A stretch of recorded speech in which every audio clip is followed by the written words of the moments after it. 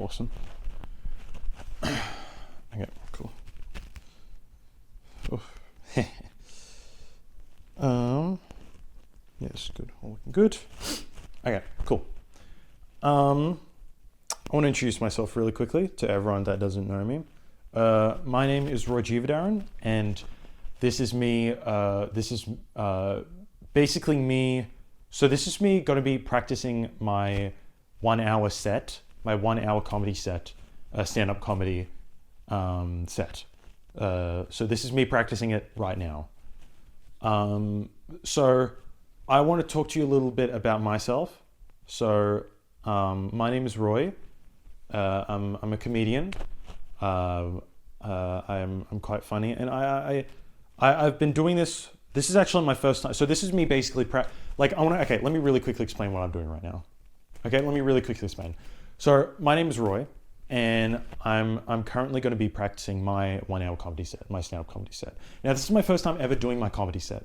You know, I'm going into this raw, unfiltered, uncensored. You know, no one can stop me. But this is the most raw look into me as a human being. Sure. Well, I mean, I'd agree with that. I'd actually agree with that. You know, because it's actually interesting. I want all my works that I do in comedy to be very much like me. Like imagine if I were to tear open my like rib cage, right, and there was my heart. Like I want that to sort of be what my comedy set was about.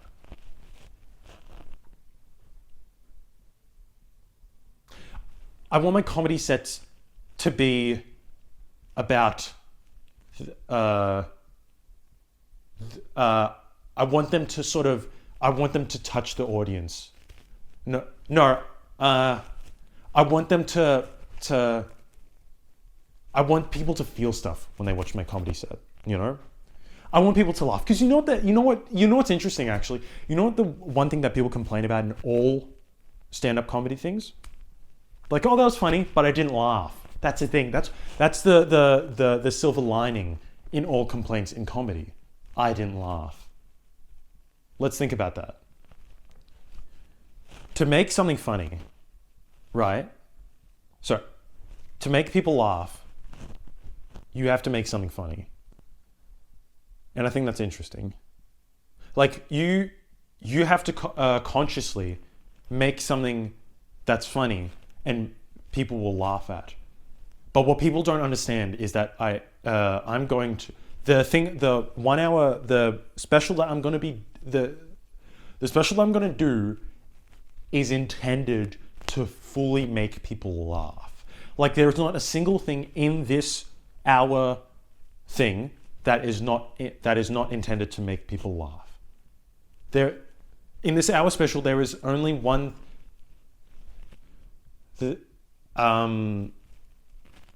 This is intended to make people laugh.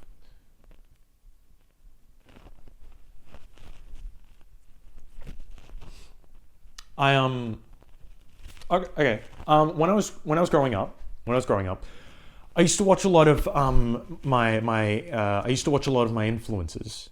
You know, I used to like watch a lot of them because they influenced me when I was growing up. And one of the bigger ones, I feel like everyone knows this one, is Freddie Murphy. Freddie Murphy is one of the most, I think, influential Australian comedians of all time, bar none. I think, like when I was watching him, I used to watch his Netflix special on Netflix, and I was just amazed because his the way he got to success was unbelievable. Like he used to do all these like bar gigs. He used to perform at all these bars, these comic lounges, all that stuff. And then he did that in Melbourne, and then he moved to Sydney for a bit.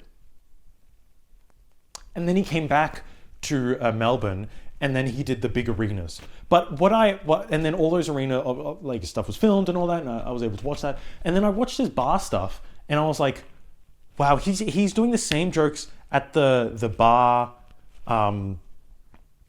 gigs as that he does at the arena stuff.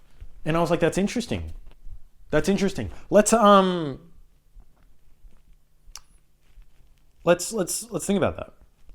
Because the way that I want to approach my comedy or my success, because I don't want to do bar like the same jokes at the bar and the arena. So what I'm gonna do is I'm gonna do the same tour at the arena and the small time bars. Because I want people to be able to experience the same I want people to experience the same experience but at different locations. So it's actually a different experience in that way. So when you're watching like my arena gig, you get the same jokes and you think it's funny, right? But then you see it at a bar and it's the same jokes, but it's also in a different way. It's a different experience, right? Like I want audiences to get an experience. Sorry, I want them to get an experience when they watch my stuff. Let's think about that.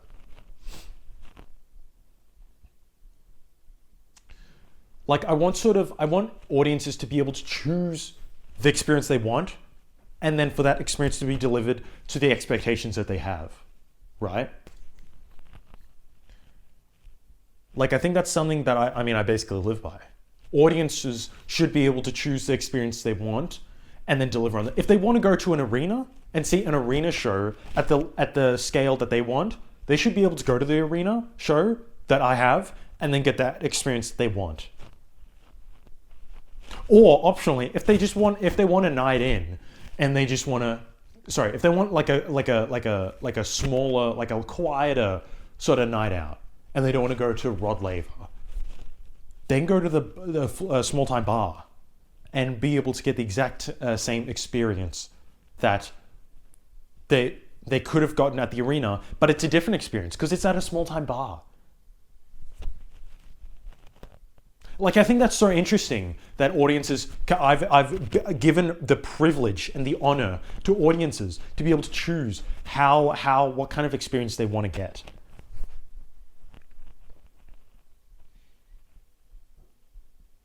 I think that's interesting. I think that's very interesting. Like I think honestly, we should as creatives, as comedians, as artists, as masters in our craft, in the creative field, we should be able to give audiences the privilege and the honor of being able to choose the experience they sort of want.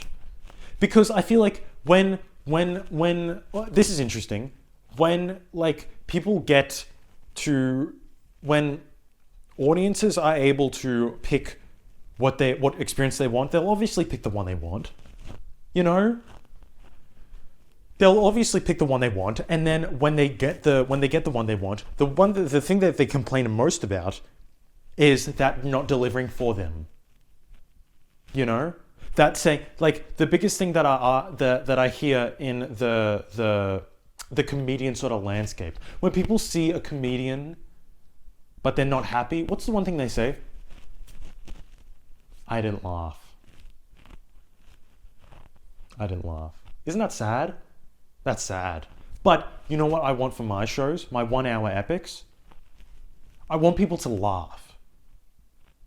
And tying back to experience, I've tailored each and every one of these experiences to be the most hilarious, funny, golden comedy pieces ever. So that people can watch it and then laugh every time.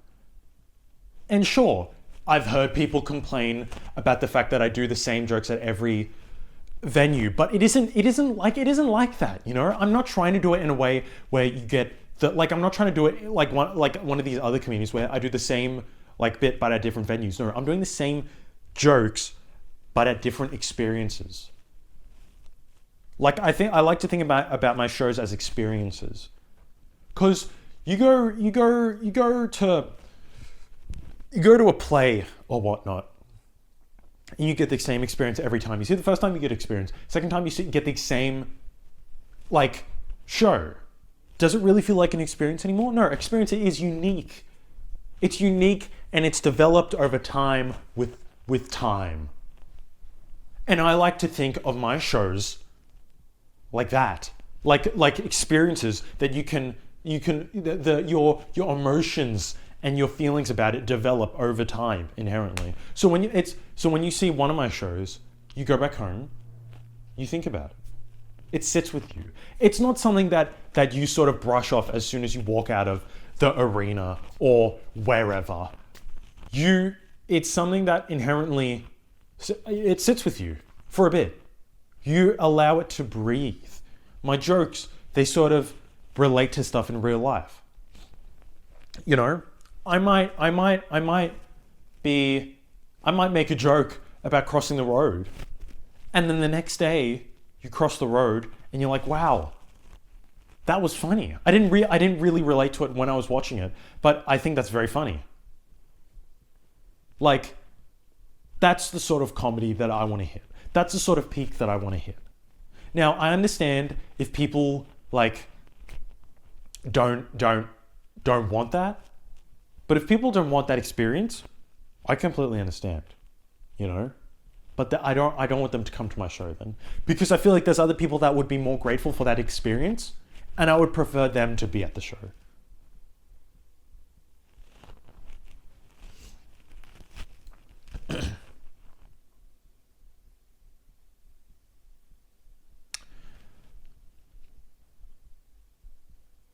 Let's start off with talking about cars. You know, where my car guys at? Yeah, I hear you, fellas. Now, I want to talk about the fact I was in the shower thoughts. Shower thoughts are funny, right? Shower thoughts are funny. Now, I had this thought the other day. Isn't it weird that cars, like the front of cars, look like faces? I think it's hilarious. I think it's so like. So I crack myself up about it all the time. Like, isn't it weird that like the front of cars look like faces? I think that's so like. Every time I'm on a like a two-way street and it's going like opposite ways. Like every time I'm driving and I see a car coming towards like in my general direction, and I see its two headlights and the little thing at the bottom like smiling. I think it's hilarious. I laugh every single time. Is that not the most? Oh, it's so funny. And whenever I'm like at a traffic light, I'm at a red light, and I'm right in like behind a car, and I see its backside. Is that like? Oh my god! I think it's so funny. Oh fucking! I piss myself every time I think about it because I'm like, man, I'm staring at a car's asshole. Oh, that's. Sorry, I feel like I crack myself up about it all the time. Every time I actually do a set, I feel like I get the number one complaint I get every single time is you gotta stop laughing at your jokes. But honestly, like I feel like if you're telling a funny joke, you gotta laugh. I mean, you gotta laugh. Like I feel like there's always some sort of like thing. Like ego thing stopping a comedian from laughing. Like I always hear the phrase whenever I'm like talking to other comedians, like, "Oh, you can't laugh at your own jokes because you." I feel like you're allowed to laugh at your jokes because they're meant to be funny. You know, you're inherently meant to make people laugh. And if you don't, I feel like if you're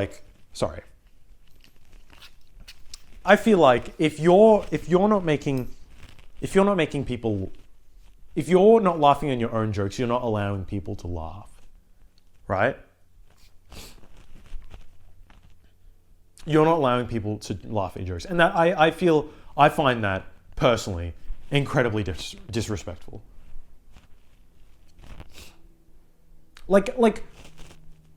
Sorry. Let me.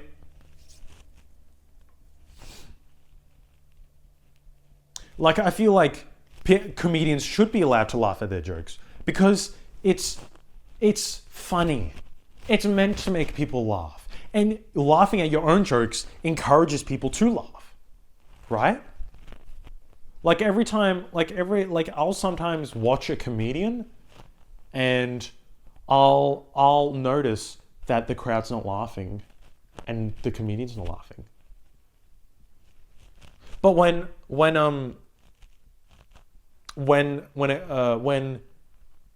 a comedian's laughing, the audience will laugh, and I think that's interesting. So my sort of tactic with this sort of tour is that every time, like I sort of every time that I have done a gig, I feel like I'm always so uptight because I feel like I cannot laugh at my own jokes, right? But then when in this arena tour, I've sort of let myself loose. It's again, it goes back to the thing, opening my rib cage. You know, it's me being me, it's me allowing myself to be me, and it's the audience allowing me to be myself to allow me to be me, you know? Fuck, dude. Like, I feel like I get so passionate about this stuff because I feel like with every gig that I've done, I feel so held back, you know, so contained to not be myself, right? Man.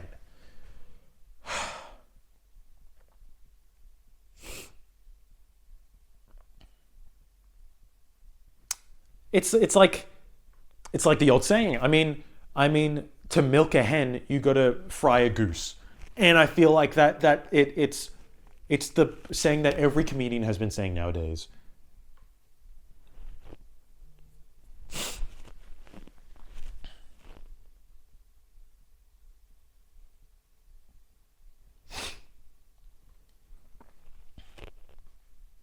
I'm going to blow my nose. I'll be right back.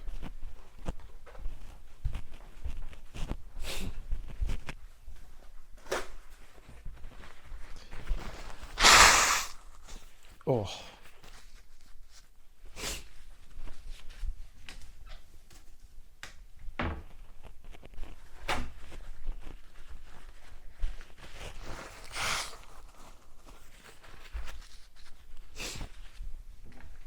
Ugh.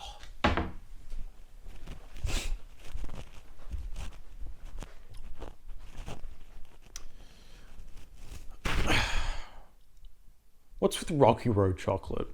You know, I went to the Woolies the other day and I found a bar like the bars on special, and it was chocolate bars like that big, and it had marshmallows in them, coconut in them, and raspberry like chewy things. What the fuck? What's with this like generation putting chewy stuff in chocolate? What's up with that? They don't mix. You don't put like chewing gum in your chocolate, do you? It's like, what are we doing nowadays? What is this? What is this world we've come to where you're allowed to put whatever the fuck you want in chocolate? You know? It was actually interesting. The other day I was at Max Brenner and I tried their hot chocolate for the first time. Yeah. It was to die for. I'll say that. It was to die for.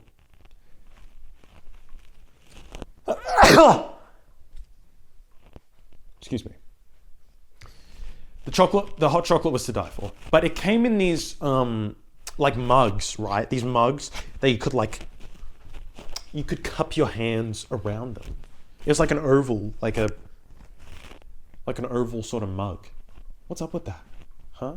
You don't need to be doing all this fancy shit. Just give me a regular mug, right? And I'll be fine. I'll be happy. I don't need some hippy dippy dandy freaking like mug to convince me that the hot chocolate's good, you know? Just give me a regular mug with a freaking regular hot chocolate and I'll be happy. I'll be completely fine. You don't need to spoon feed me this whole ordeal just to give me like, no, just give me literally regular hot chocolate in a regular freaking mug and I'll be fine. I'll be happy, you know?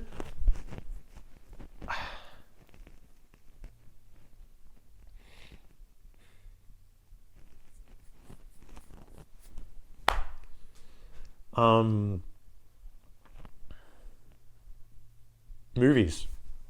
Let's talk about movies for a second. Let me get on my letterbox. Oh, wow.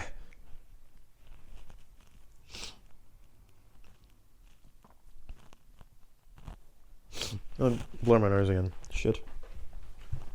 Fuck.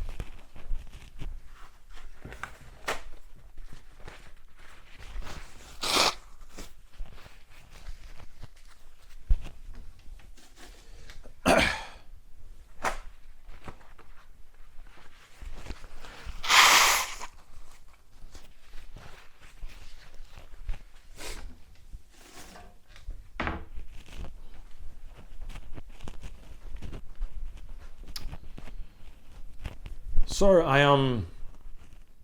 recently watched 12 Angry Men for maybe the fifth time, but what a great film. Um, you know, you know, you know what they should call if they were to if they were to remake 12 Angry Men nowadays, it'd probably be called like 12 Angry Thems.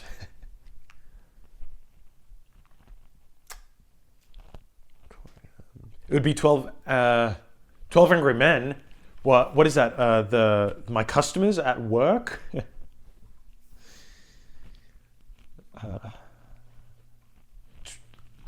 12 Angry Men.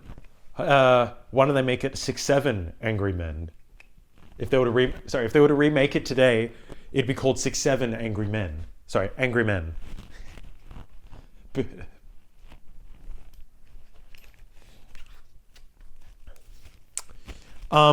So the whole the whole tour is called Who the Fuck Is This Guy? The whole tour is called Who the Fuck Is This Guy tour, because I sort of want it to be like this underdog sort of people don't know who I am sort of story, and I want people to see it and be like, I want people to see this the poster of me on the street. Be like, who the fuck is this guy? Who the fuck is this guy? Tour. Who the fuck is this guy? Tour. That's the thing. They see the tour and they're like, because they don't even know who I am. But then they see I've secured like a whole tour, and then like, what tour?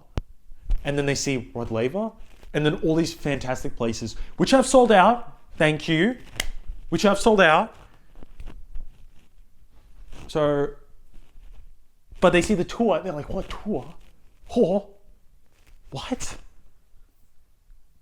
So that's sort of the angle that I'm going with this, this tour. Like, I want this to be sort of something that surprises people when they see it out on the street. Because they'll see my ugly mug. Oh, they'll see my ugly mug, and then they'll be like, who the fuck is this guy? But then they'll see the tour.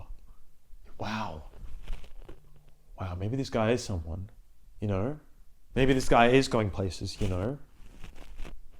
Maybe he's doing things, Like, I want this to be sort of an underdog. Well, I mean, the obvious underdog tale that everyone knows about is one of my greatest influences of all time is Dodgeball, a true underdog story, the film, Ben Stiller. And oh man, I get emotional thinking about it. But it is such an unbelievable, like just deep story. And I know it's not based on a true story or whatever, but I was actually reading up about this, and it's so interesting that only years before the film was like conceived or even written, there was a dodgeball tournament that told basically the exact same story. A gym was actually about to close down, the small-time gym, and to save it, the owner found this dodgeball tournament that was happening. Dodgeball can be that hard, right? But then his competitor gym that was nearby saw that he was competing to get the money from the dodgeball tournament, and also decided to go in. But he hired this is the kicker. He hired a dodgeball champion to be in the. And I'm not even bull fucking shitting you right now. This is so genuine. This kids literally years before the whole film was even conceived, written, yada yada yada. Like, that's so interesting. So technically, it is based on a true story. Maybe they weren't able to get the whole rights for it or whatever. But I'm not even kidding. That was a genuine thing that happened. And I'm like, wow, that's interesting. That's so cool. So it is an actual. It's arguably they could like if they got the rights right now, they could retitle it Dodgeball, a true, based on a true story underdog story. They could call it that right now. So I'm just saying that's what it could be called, you know. Anyway, don't you guys ever hate being sick? You know, I'm sick right now, and hopefully it isn't that COVID-19. Sorry, I shouldn't do political stuff or whatnot. I'm just sort of trying to steer away from that. But you don't you hate do you hate getting sick?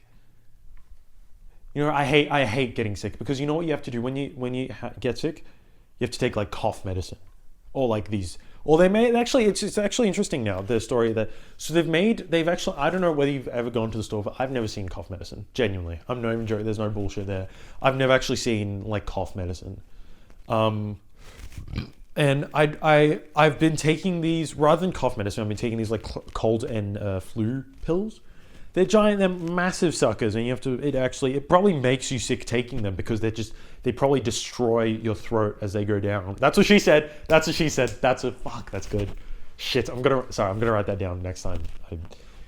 When I'm finished. But I feel like the cold and flu tablets actually make you more sick as it goes down, because the tablet's massive, dude. Yeah, hate getting sick. Hate getting sick. But you know what I love about getting sick? Chicken soup. You know, you get to have chicken soup. Chicken soup's awesome. I found this like little like sachet instant packet of chicken soup, and when you make it, you like all you have to do is put the sachet in boiling water, wait a little, stir around, keep the pot mixing, and it's basically done. And I usually like to add like noodles to it or something. Add some noodles, just to add it like a bit more texture or something crunch on, you know. Yeah, I remember last time I had the chicken soup, I was got my wisdom tooth out. Actually, got my wisdom tooth out. Yeah. It's actually interesting. When I got my wisdom tooth taken out, it was my second time. Well, last time I got it taken out, it was my second time getting it taken out. So I got like the top two ones I still have, the bottom two I don't have. So that first one I got taken out maybe ages ago, like literally years ago. And then that second one down here, I got taken out about maybe, call it 6 months. I got it taken out 6 months ago. And I went, I sat in the chair at the dentist, and dentist walked in and he said, "Hey, Roy, just make sure." And it's all good. And I was like, "Yep, feeling great, feeling awesome, just that one please." And he was like, "Are you sure you don't want the top two?" And I was like, "Look, the top two aren't really hurting, so I should be completely fine." But he was like, "Okay, if you say so." So we started working on this bottom one, and he was he was putting real arms work into it. Like I was like, man, and this is on my jaw, by the way. Like the assistant dentist had to literally hold my jaw in place so that it doesn't fucking break off. I was like, dude, what? He was like, getting in there, trying to unscrew the thing like it was a freaking like Phillip head or whatnot. And I was like, man, this hurts. It sucks. And he finally, literally, I'm not even kidding. It took about 30 minutes for him to. He had to take a break because his arm was hurting because the tooth just wouldn't come out. I need to blow my nose. Excuse me. Thank you.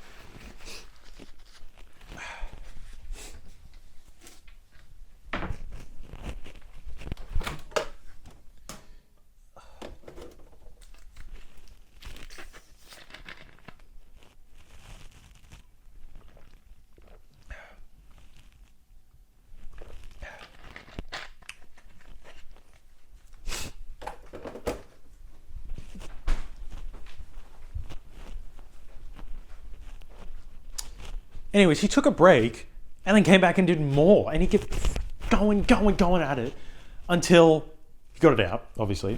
And man, I was in pain. Fucking hell, hurt. And I took public transport to the dentist, and it's about a 20-minute drive from here, but it was about like a 40-minute bus ride because I had to stop off, walk a bit, and do all that stuff. And I once it was done, the dentist lady, I paid whatever, and the person, the receptionist asked me like, hey, do you want to do you have anyone to pick you up or not? And I was like, no, I was taking like public transport. And she's like, whoa, you sure? And I was like, yeah, I'll be fine. And as soon as I like started walking out of the building, I was like, fuck, I cannot do this. So I called up an Uber, and Uber came back to my house. And as soon as I got back home, I instantly made myself some chicken soup, and it was really good. But the only thing is, I couldn't eat for like a couple hours. So I sort of, it had to be cold, like I had to eat it cold, which was fine. It was all right. It's whatever. But obviously there's an obvious preference about how like hot the chicken soup is. I prefer it freaking piping hot because I want it to be like, I want it to burn the roof of my mouth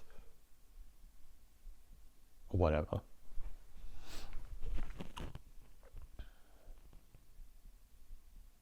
I'm just gonna check the framing. That framing's alright. Like, I'm just gonna do that. Ooh, is that fine? Yeah, that looks fine, right? Yeah, that's alright. That's alright.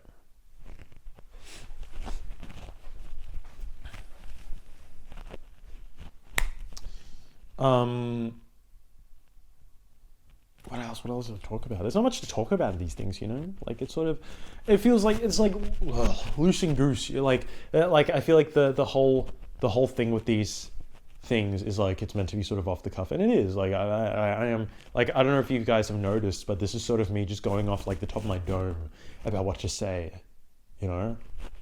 And then and then from that, I'll get the stuff that I do like, and then I'll put that in the set. So it's interesting. So it does, like, then when you actually watch my shows, it'll actually feel genuinely like it was genuinely like done off the top of my head, because it was in the past, but then it's been scripted for the future. If you guys had to pick one era to go back to, what would it be? You know, to go back to? Probably 2000s. Let's go back to then. Fuck it. See what it was like, you know? Because we get so many films about the 70s, the 60s, the 80s, the 90s, but we never get anything about the 2000s. Hell, 2010s. Go back to them, you know?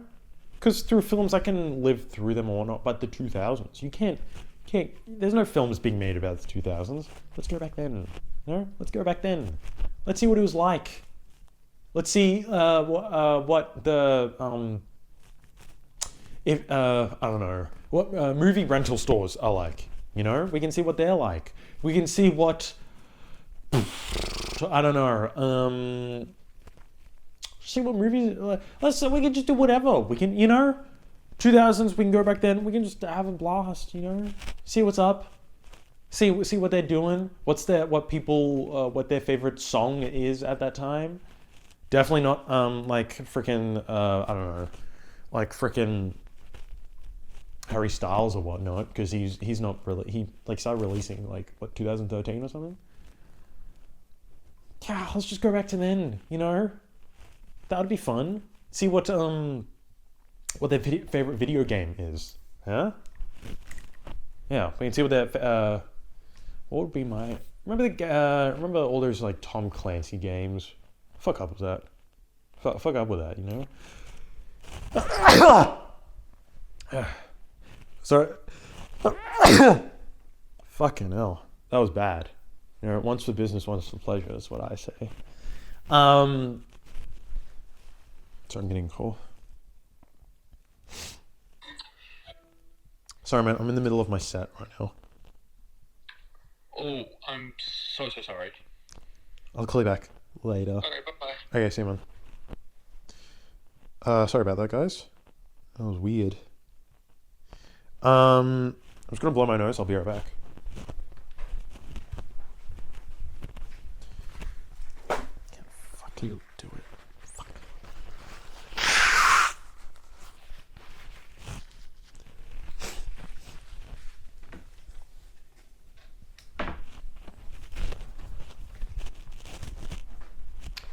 So what's with all these electric cars coming out, you know? When are they gonna start making cars that you run, like cars that have like no floors but you have to run to make them go? It's like the what's that thing? Shit. Fuck, I'm so bad with fucking TV shows. Shit. What is it? Oh, Futurama, something like that, right? Yeah? It's like that one way. It's like you have to like there are no floors and you have to like pedal. No, you have to walk, like run with your feet or whatnot. Like you have to. Well, that's interesting. What do you think? Do you think that like it would like the more people you have in the car, the faster the car will go? Or alternatively, like if you're going on a freeway, do you have to have 4 people there so it makes it go faster? Or if you're going on a slow road, you just have like one person pedaling, even though there's 5 people in the car. How on a highway, what if there's one person in the car, do you have to go in like the slow lane? You know, or maybe there's lanes for like there's a lane for like 1 people, there's a lane for 2 people, lane for 3. Like that'd be really interesting to sort of just like see as a in like this, like if society if like we had to like there was 2 like that when that decision was like being made in the past, where they were like, do we either make cars that you just power with your feet, or cars that are powered with petrol? Like if they picked the other option, the one with the feet, it'd be interesting to see how society sort of like how we would have progressed if that was the option, you know? Maybe instead of electric cars coming out today, it would be petrol cars. And then maybe through the petrol would be self-driving. Maybe the petrol would be self-driving. You don't know that. Thing is, no one does. You know why? Because it wasn't chosen in a reality. It'd be interesting. You know the whole fucking multiverse thing. Imagine that's one of the I don't know what they fucking that's one of the stems that connects. Like that's one of the canon events. You know, it's one of the canon events that was done. That'd be interesting. That'd be an interesting film. It's like a film, I haven't seen it. It's like that film Limitless, where the guy Bradley Pitt takes like a pill that makes him unlock all of his brain power. So like the thing is, we use about 5% of our brain and whatnot, and with the pill he uses like 95% of his brain, which is really interesting. So that's an interesting concept, you know? Like, wow, we didn't talk about that enough. Wow. Like, we should talk about it more. Like, there should probably be podcasts that podcasts that delve deep into this, because then each podcast episode could talk about what if this was a real like a real scenario. Like, what if this really happened in our society, or if it happened in the past, and where would our society be now?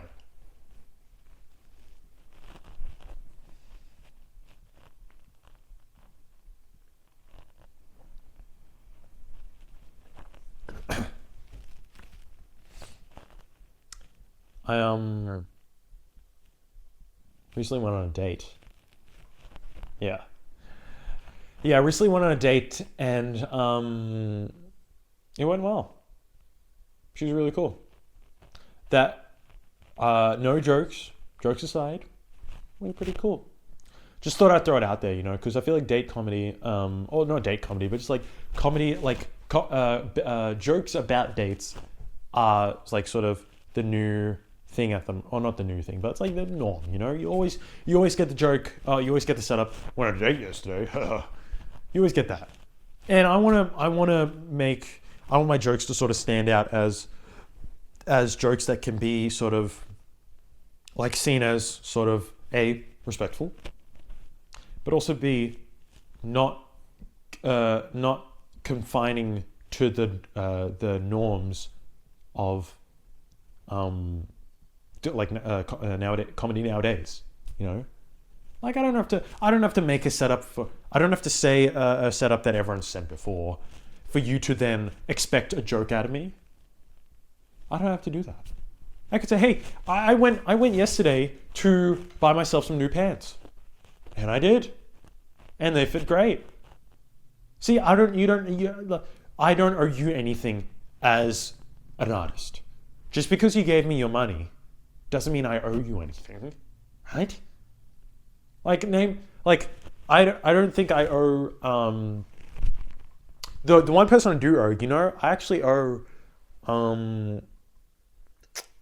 this guy an apology. I was at the shopping center the other day, and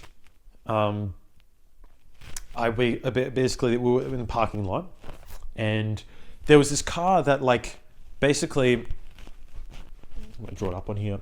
So imagine that this is the road. Oh, let's say this is the road, and there's car, all parked. Now there's one empty spot here, and I was over here, right? Are you guys following? And I was driving in, and then I started signaling for that empty spot. But then another car was coming in here and then signaled for that spot.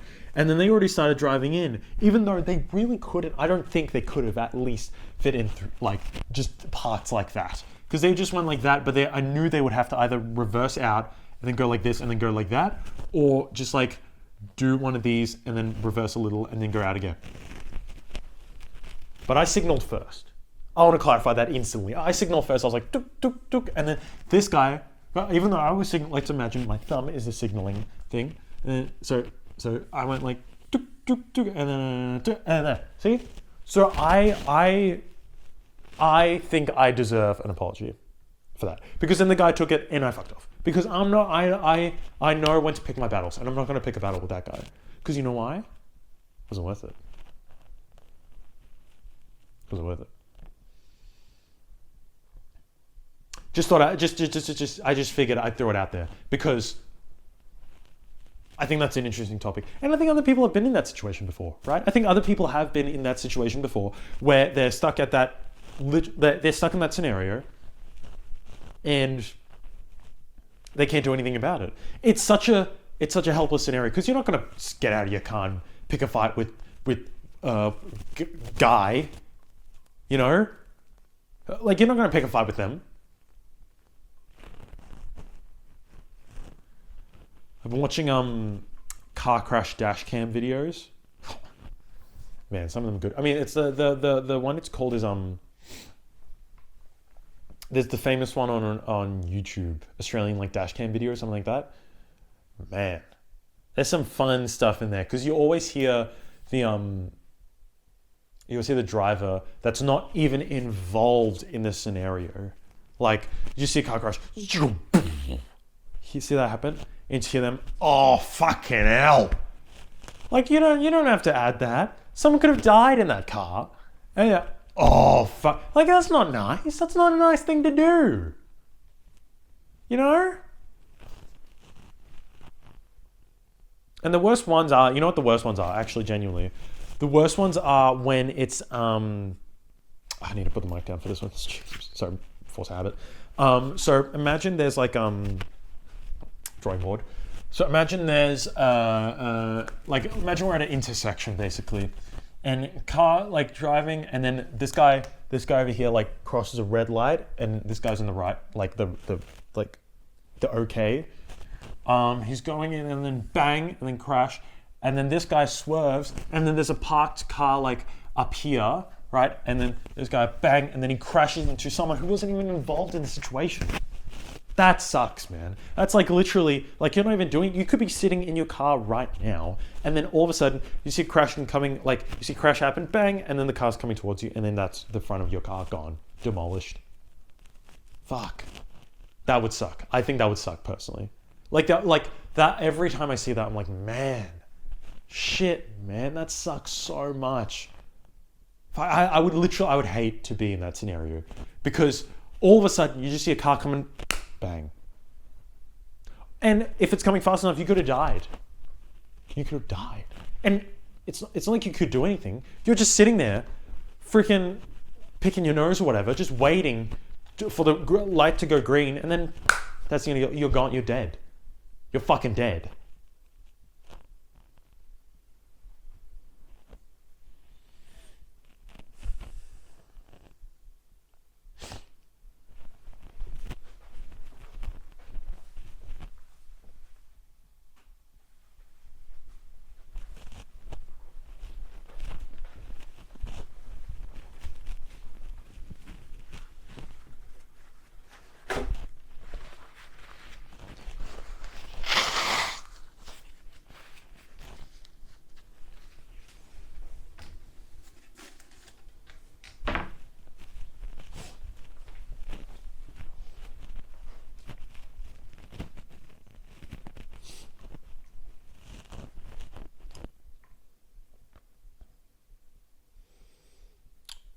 What do you guys think is the most outrageous time to, let's just say you're at work. Let me give you a scenario.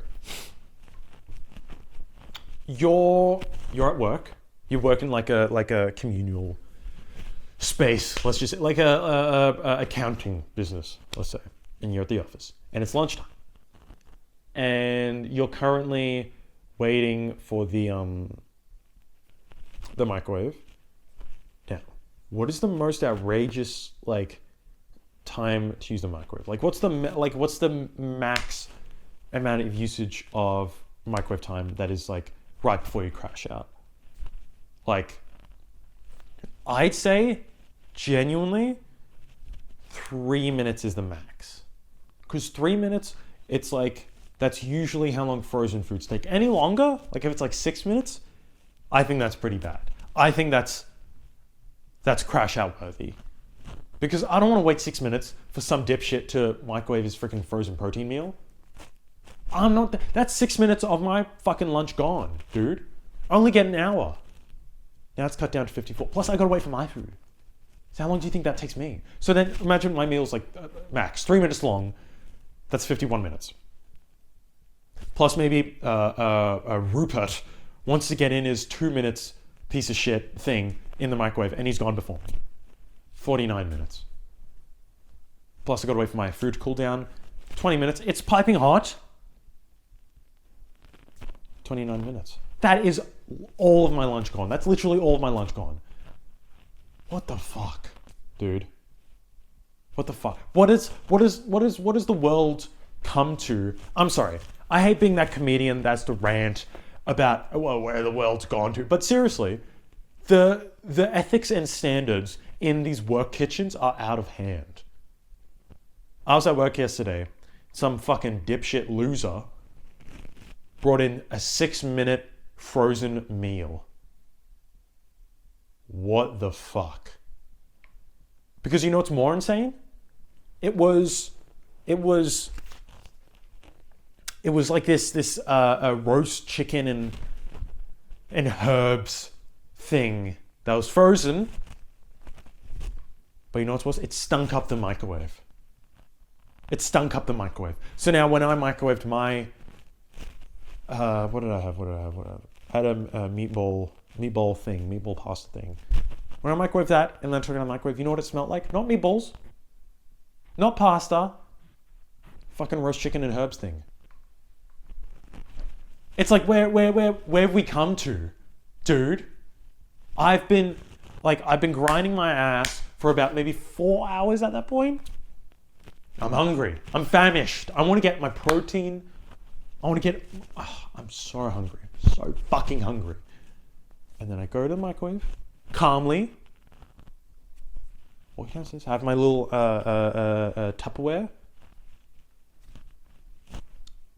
And I walk in the room, the kitchen. 6 minutes. And literally, I saw him, as soon as I walked in, I looked at the microwave and I saw his finger come from the microwave as he just put in the last 30 seconds from pressing the start button. Because every time you press the start button, it adds on 30 seconds. So he pressed it about, 12 times. 12 times. Unbelievable. I sat my ass down and I just waited. Because there's nothing else you can do in that situation. I can't wait for my food to cool down. Because no, it's not hot. It's not hot.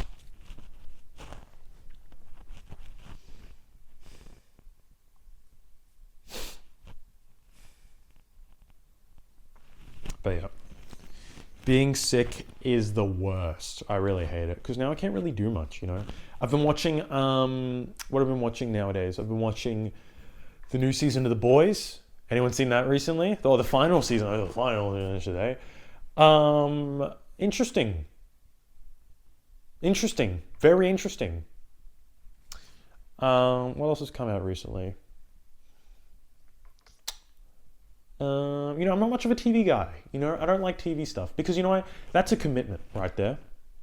That's a long-term relationship that is high priority. Because you have to dedicate your life to seeing the rest of that series. Now, I remember in, like, for example, 2019, started watching Boys. Pretty good show. And ever since then, I've been watching every season when it comes out. Because I don't want to get spoilers. I don't want to see none of that. I just want to watch the show and enjoy it without some dipshit on Reddit spoiling it for me. You know? So I've been watching that. And I don't want to watch a series right now, but I have to. I have to force myself to freaking watch The Boys because I don't want to get spoiled anything.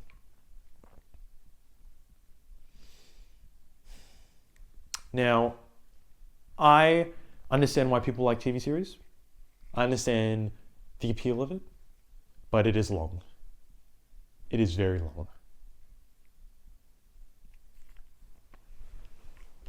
Now, I love the series where it's a limited series, where it's just like you watch it, 8 hours, maybe 9, maybe 10, and then it's just done. Then it's done. You don't have to worry. You don't have to worry about a second season, about a freaking sequel, prequel, mequel, none of that. You don't have to worry about none of that. It's literally just that, and it's done.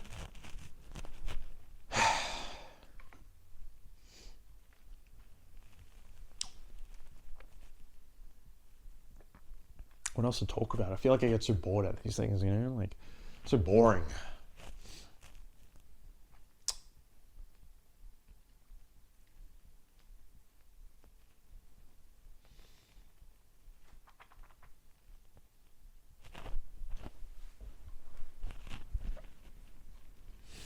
You guys know any favorite like good restaurants? Obviously, this is the camera right now. I know I'm talking to an inanimate object, but I'm just saying like in the set, I will set this up like in the actual like gig.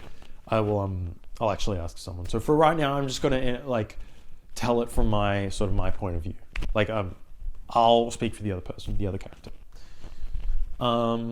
Guys, any good restaurants lately? Macca's. Oh, you're funny, dude. Seriously. What's your name, man? Oh, Bailey. Awesome. So nice to meet you, man. I don't know. What do you do for work? What do you do for work? Shit, sorry, let me. Oh. Right. So how difficult is that? Yeah, right. No, I get that. And do you think it's interesting doing that thing? Yeah, wow. Well, give a round of applause for Bailey, guys. Seriously. Out here saving lives.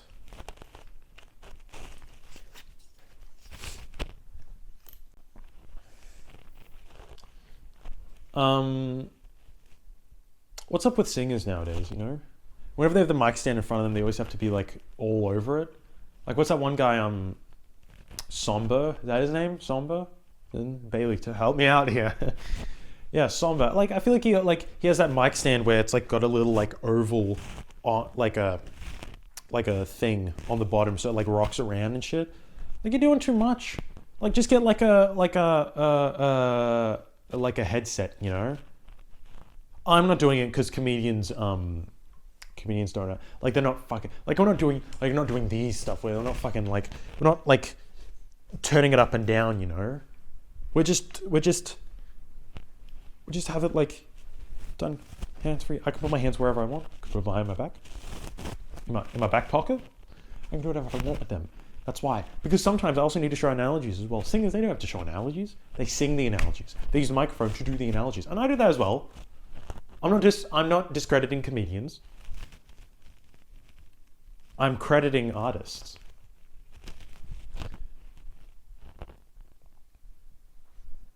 Yep. I'm gonna blow my nose real quick again.